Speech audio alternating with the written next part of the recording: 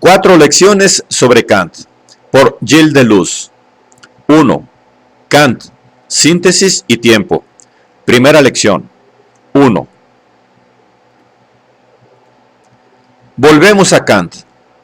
Que sea esta la ocasión para ustedes de hojear, de leer o de releer la crítica de la razón pura. Sin duda es un acontecimiento formidable en la filosofía que se llegue con esta idea de la crítica. Cuando entramos ahí o cuando volvemos a entrar, hace mucho lo había leído y lo he releído para ustedes, es cuando menos una filosofía completamente sofocante, una atmósfera excesiva. Pero cuando uno la resiste, y lo importante ante todo no es comprender, lo importante es tomar el ritmo de este hombre, de este escritor, de este filósofo. Si la resistimos, toda esa bruma del norte que nos cae encima se disipa, y debajo hay una asombrosa arquitectura.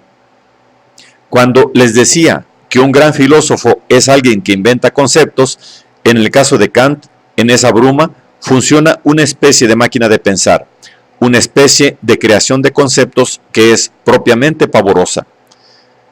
Podemos intentar decir que el concepto de las creaciones y de novedades que el kantismo aportará a la filosofía gira alrededor de un cierto problema del tiempo y de una concepción, de hecho, nueva del tiempo. Una concepción de la que se puede decir que cuando Kant la elabora va a ser decisiva para todo lo que pasa enseguida. Es decir, intentar determinar una especie de conciencia moderna del tiempo en oposición a una conciencia clásica o una conciencia antigua del tiempo. ¿Por qué Kant ha creado los conceptos filosóficos de esta nueva conciencia del tiempo, volviendo posible su expresión filosófica? Eso no lo miraremos. En todo caso, eso no me interesa. Pero quisiera decir que esta especie de conciencia del tiempo recibe un estatuto filosófico con Kant, y esto es completamente nuevo.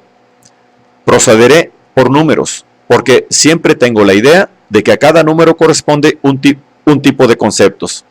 Y una vez más, yo estaría contento si ustedes aceptaran, al final de estas lecciones, que un filósofo es eso, que no es menos creador que un pintor o un músico.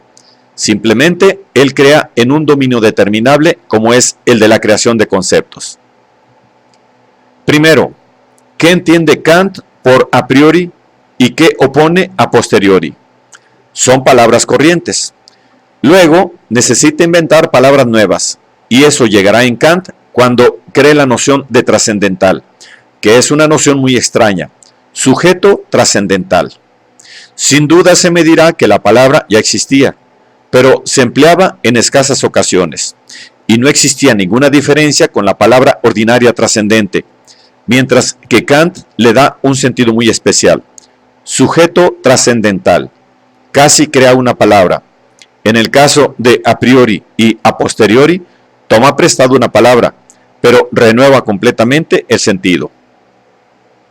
A priori, en una primera determinación, quiere decir independencia de la experiencia, que no depende de la experiencia. Opuestamente, a posteriori, quiere decir dado o dable en la experiencia. ¿Qué es a priori? Notarán que no me pregunto si hay a priori, a saber, si hay cosas independientes de la experiencia. La cuestión de la existencia es secundaria. Primero es necesario saber lo que es una cosa para poder decir y responder a la pregunta de la existencia.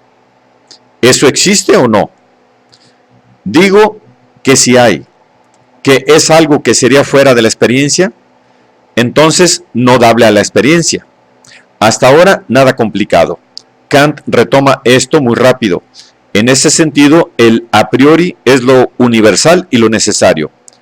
Todo lo que es necesario y universal es llamado a priori. ¿Por qué? Eso responde a la primera condición del a priori no dado en la experiencia, porque, por definición, la experiencia solo me da lo particular y lo contingente. Las expresiones de universal y de necesario son siempre necesariamente, o bien ciertos empleos del futuro, o expresiones del tipo cada vez que lleve el agua a 100 grados hervirá. Los filósofos lo han dicho desde hace mucho tiempo. Hay algo ahí, dentro, que no está dado en la experiencia. ¿Qué es? Son las expresiones. Siempre, necesariamente y aún ese futuro. Lo que en rigor me ha dado la experiencia es que cada vez que pongo el agua a 100 grados centígrados, hierve. Pero en la fórmula, el agua hierve necesariamente a 100 grados centígrados, el necesariamente no es objeto de experiencia. Al igual si digo, todos los objetos de la experiencia, ¿tengo derecho a decirlo? Todavía no sabemos si todos los objetos de la experiencia es un no sentido. Suponiendo que no sea un no sentido, todos los objetos de la experiencia no están dados en la experiencia, por la simple razón de que la experiencia es parcial.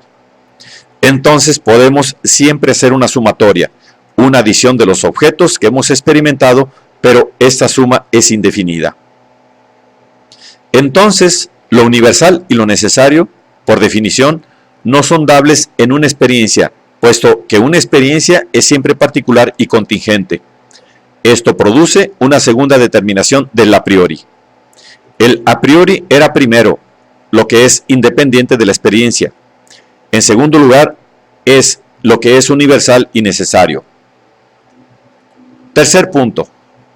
¿Cómo se puede definir ese universal y ese necesario? Hay allí algo muy delicado. Decir que algo es independiente de la experiencia no impide que pueda ser algo que se aplique a la experiencia y se aplique solo a ella. La cuestión de la aplicación es de hecho diferente.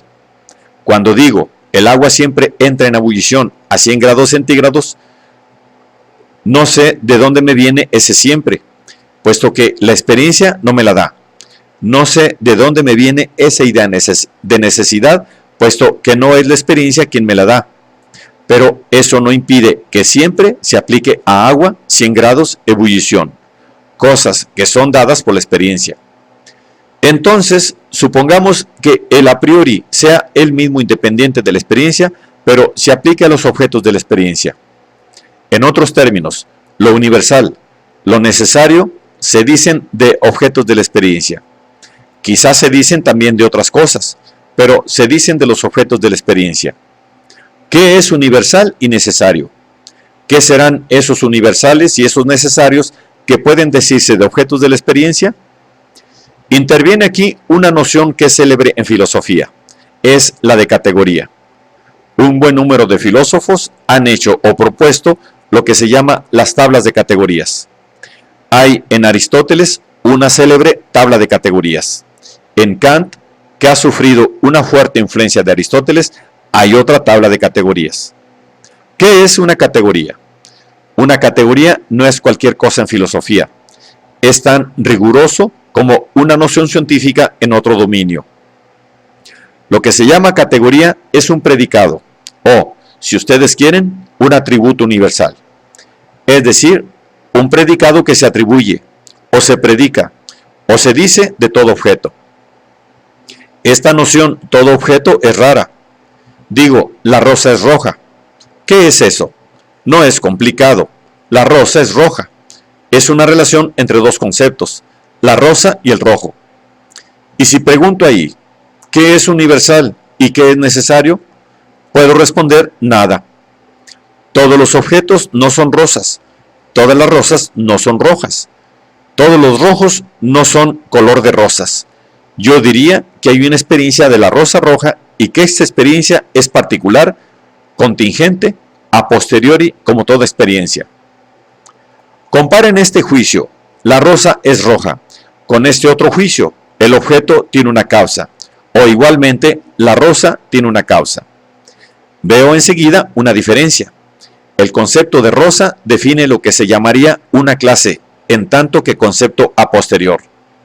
El concepto de rosa define una clase o un conjunto. Roja es una propiedad de un subconjunto y de este conjunto, el subconjunto de las rosas rojas. Yo puedo definir un conjunto en función de lo que excluye y con relación a lo que excluye. Toda rosa que no sea roja. El conjunto de las rosas está tallado en un conjunto más vasto que es el de las flores.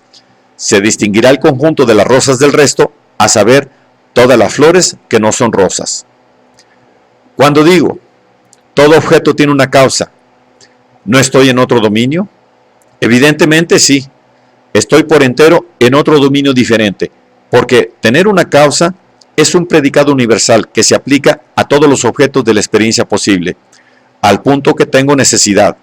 Eso creo, pero eso no cambia nada, porque creo. Se convertiría en un acto que habría que analizar de él.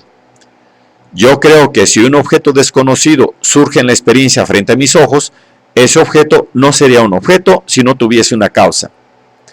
Tener una causa o ser una causa es un predicado de otro tipo que el predicado rojo. ¿Por qué? Porque el predicado ser causa, a no ser que se pregunte, hecha la reflexión, ¿es un predicado o es otra cosa? El predicado ser causa es predicado de todo objeto de la experiencia posible, al punto que él no va a definir un conjunto o un subconjunto en el seno de la experiencia, puesto que él es estrictamente coextensivo a la totalidad de la experiencia posible.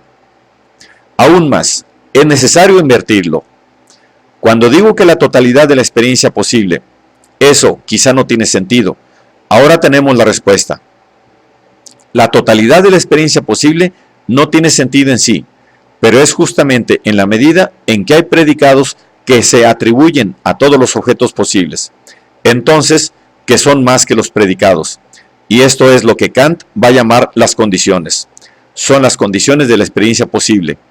Es entonces que la noción de condición de la experiencia, que la idea de un todo de la experiencia posible va a tomar un sentido. Hay un todo de la experiencia posible, puesto que hay predicados o pseudopredicados que se atribuyen a todos los objetos posibles, y estos predicados son precisamente lo que se llama categorías. Cito algunos ejemplos de categorías según Kant. Unidad, pluralidad, totalidad.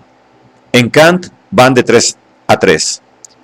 Realidad, limitación, negación.